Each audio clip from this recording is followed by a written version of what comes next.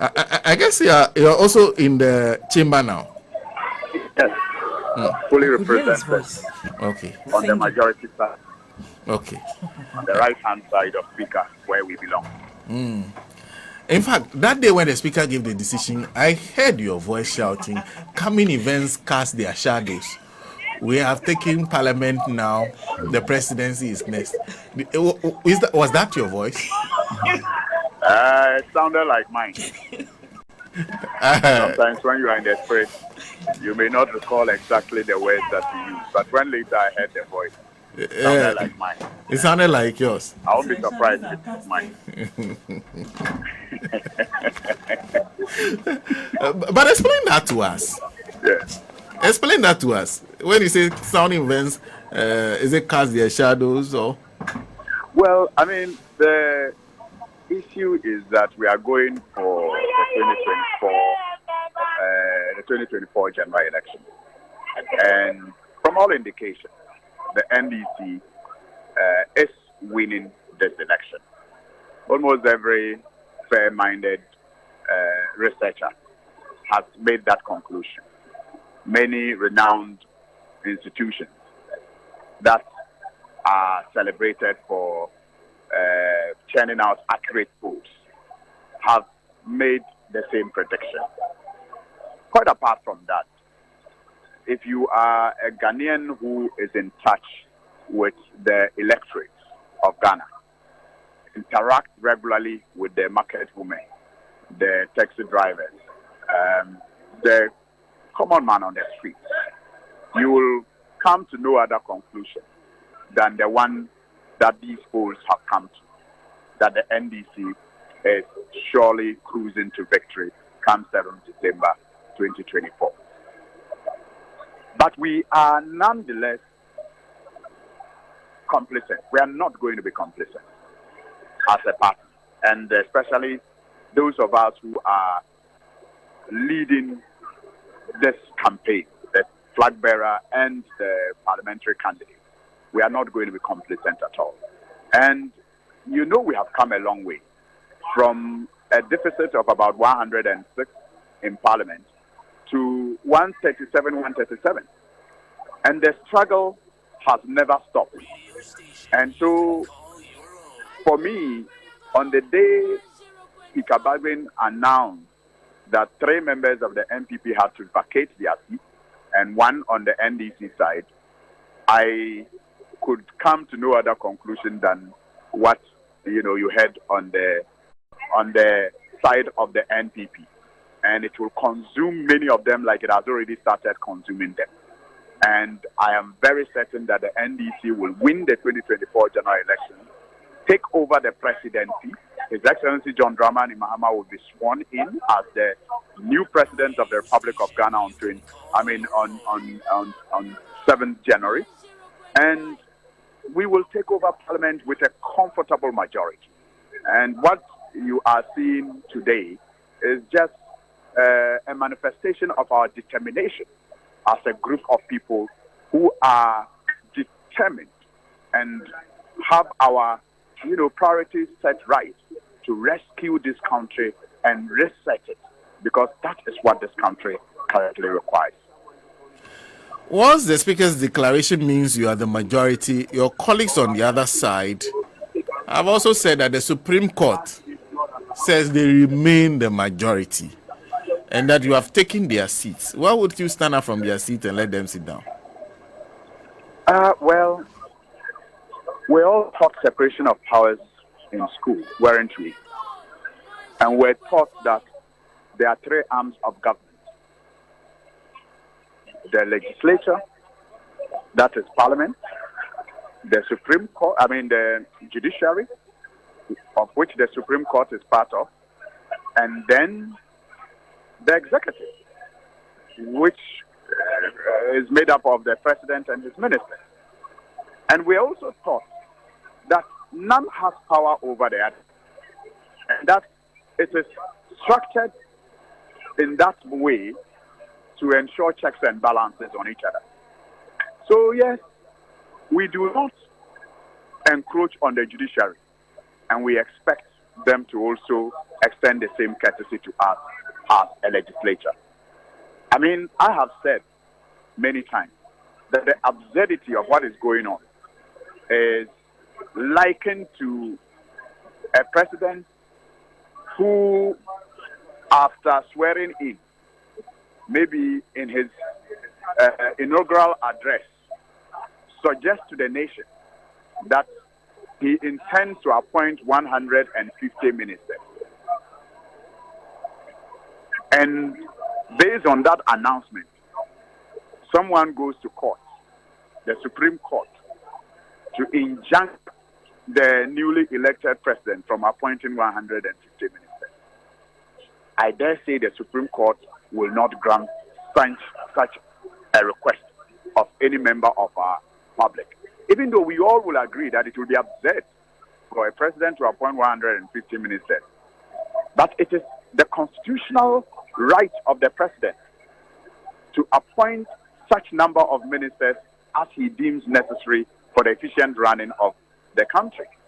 But if a president announces at his inaugural ceremony that he's going to appoint 150 ministers, I do not think the Supreme Court will grant an injunction that is sought to stop the president from doing that.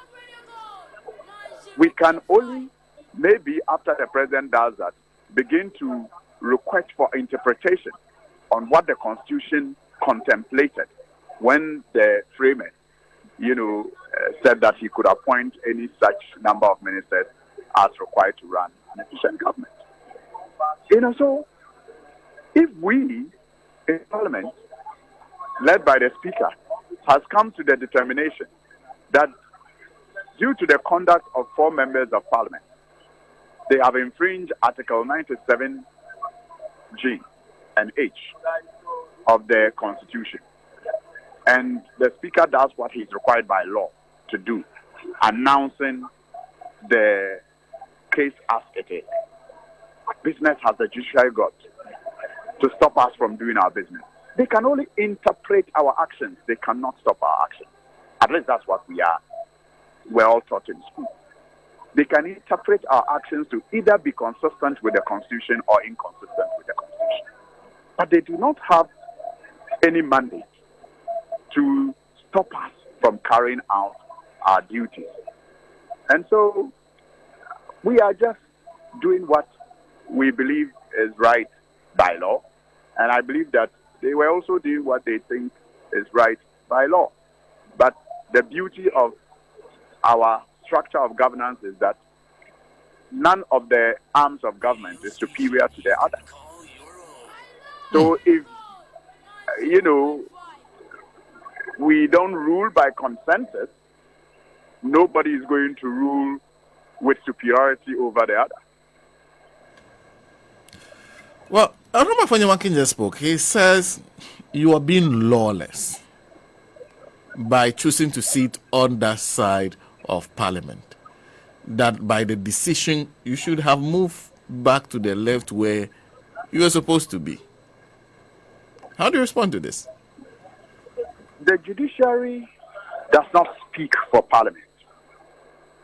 It is the Speaker of Parliament who speaks for Parliament. And the last record of Parliament's conversations took place last Friday. Was it Thursday? Last Thursday. Yes, Thursday. That was Wednesday, yes. That was last Thursday. So the record of Parliament sitting and taking a decision can only be traced back to last Thursday. And that record clearly reflected our new status as a majority. And we are simply manifesting it. We do not work in the judiciary. We work in the legislature. And the judiciary does not lead the legislature. That's why I said that the 3 arms of government, it is contemplated, will govern by consensus, but not by superiority of one over the other. We, as our records in the House will attest, are the majority. And that's all we know. We are waiting for proceedings to begin today. The Speaker will take his seat. If there's any change in the records of Parliament, the Speaker will say so. And if there's no change, I believe the House is properly constituted. We have a quorum, and we'll do business. So it's all up to the Speaker for you. Like I said, the Speaker is the Speaker of the legislature. He leads the legislature. That is why he last referred to himself, and it is true, as number 3. So he's our leader.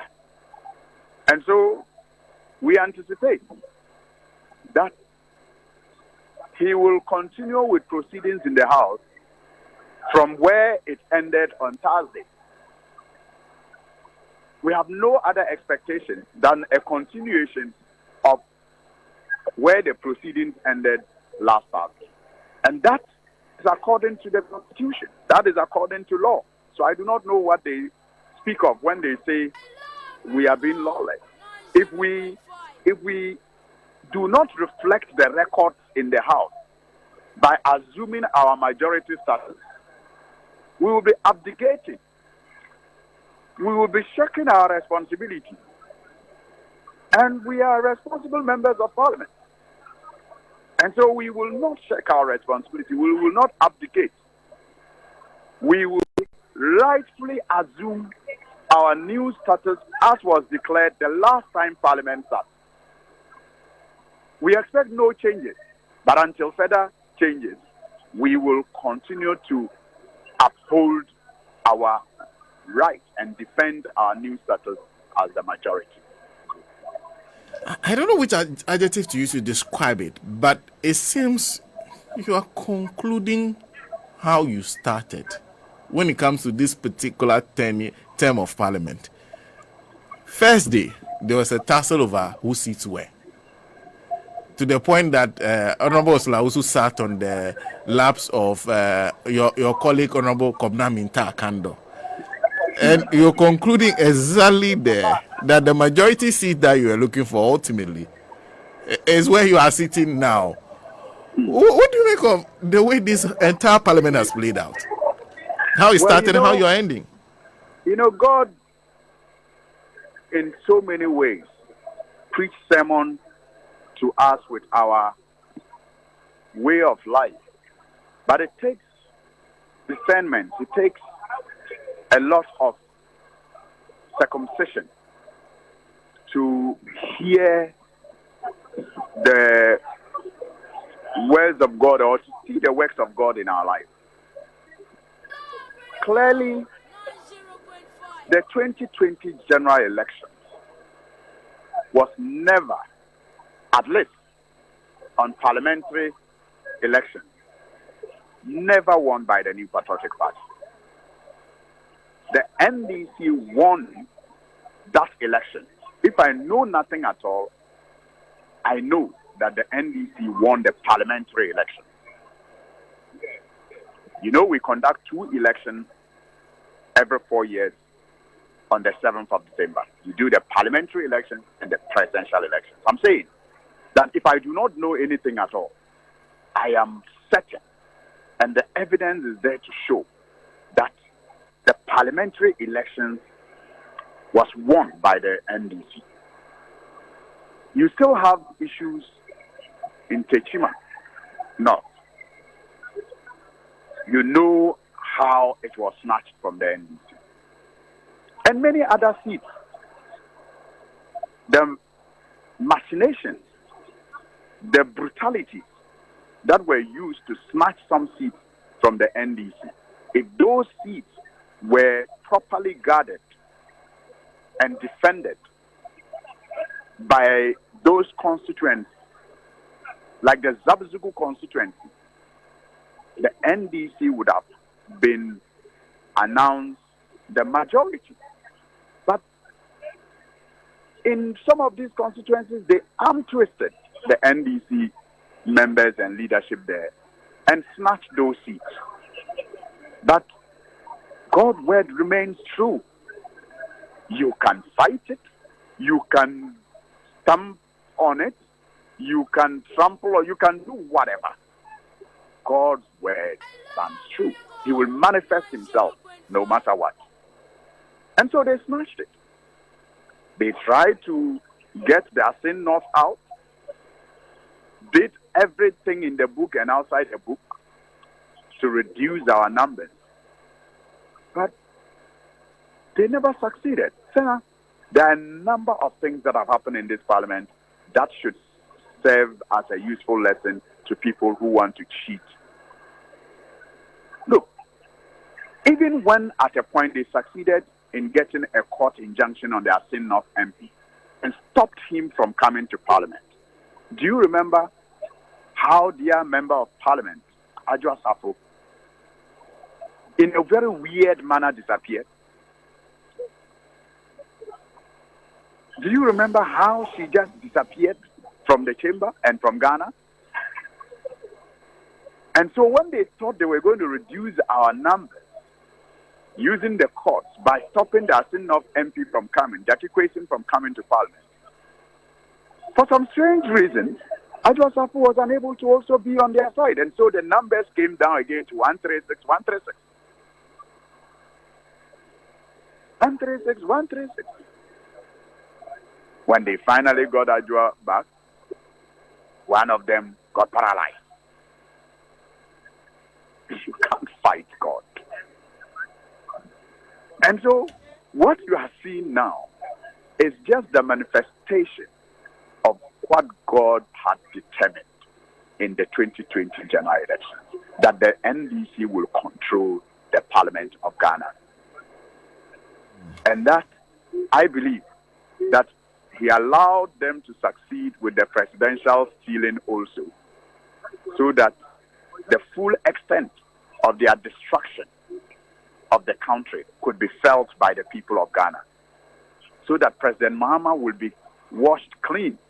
Can you imagine if he had inherited them in 2020 and the mess that they had started would have started showing now? People would have thought that it was President Mahama's fault.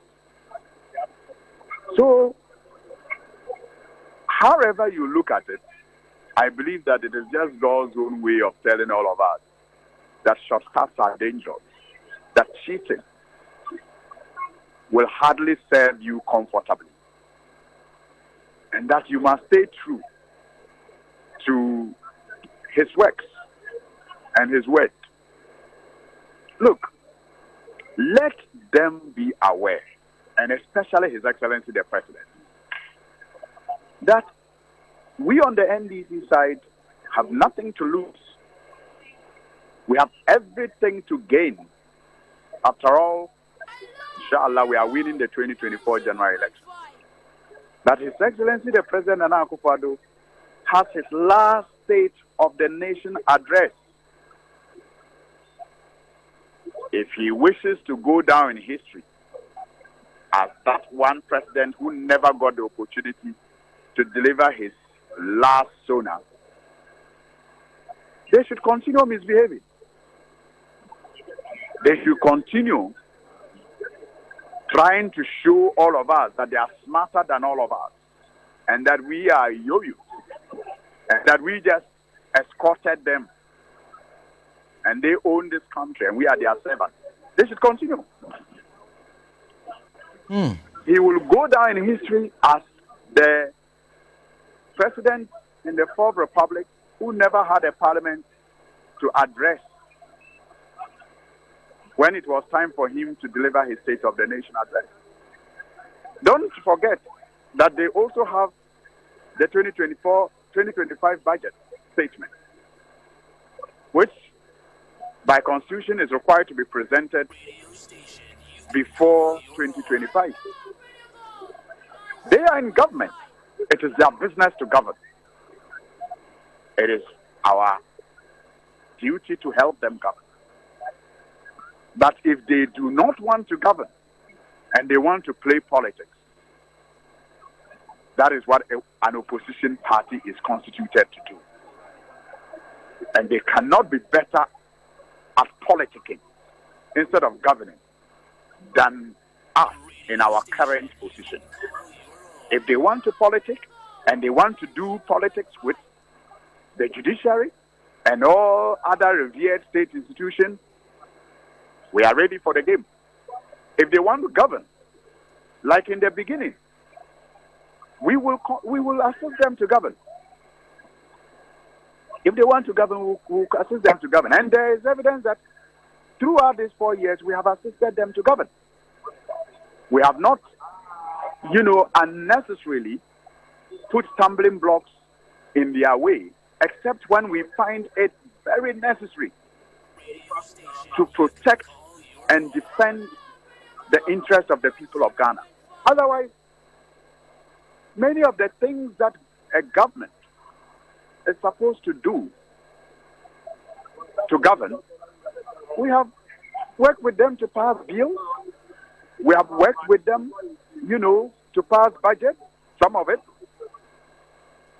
And we have worked with them to even form their government. And we have worked with their ministers. We have worked with even the president himself, because we have given and allowed him to address us in the chamber a couple of times. So when they want to govern, we will be ready to help them govern. Because the Constitution doesn't say, and our standing orders don't say, that you have to be majority to form government. The framers of the Constitution already contemplated this. So you can actually be a government, but be minority in parliament. And so they don't have to be majority to necessarily govern. But if they think the two are the same, and they will not govern because they have been legitimately denied their majority status, and they choose to play politics. There's a local saying in Dagbani that a madman was fighting with a sane person, and unfortunately the sane person decided to start to bite the madman. And then the madman retorted that, you have reminded me that biting is also part of fighting. So if they want to do politics, they will simply be reminding us the role we are supposed to play as an opposition party. And they cannot do it better than us. If they want to govern, we'll help them to govern. But if they want to play politics, they are welcome. Oh, we're watching Parliament keenly, and thank you very much for speaking to us. Most grateful.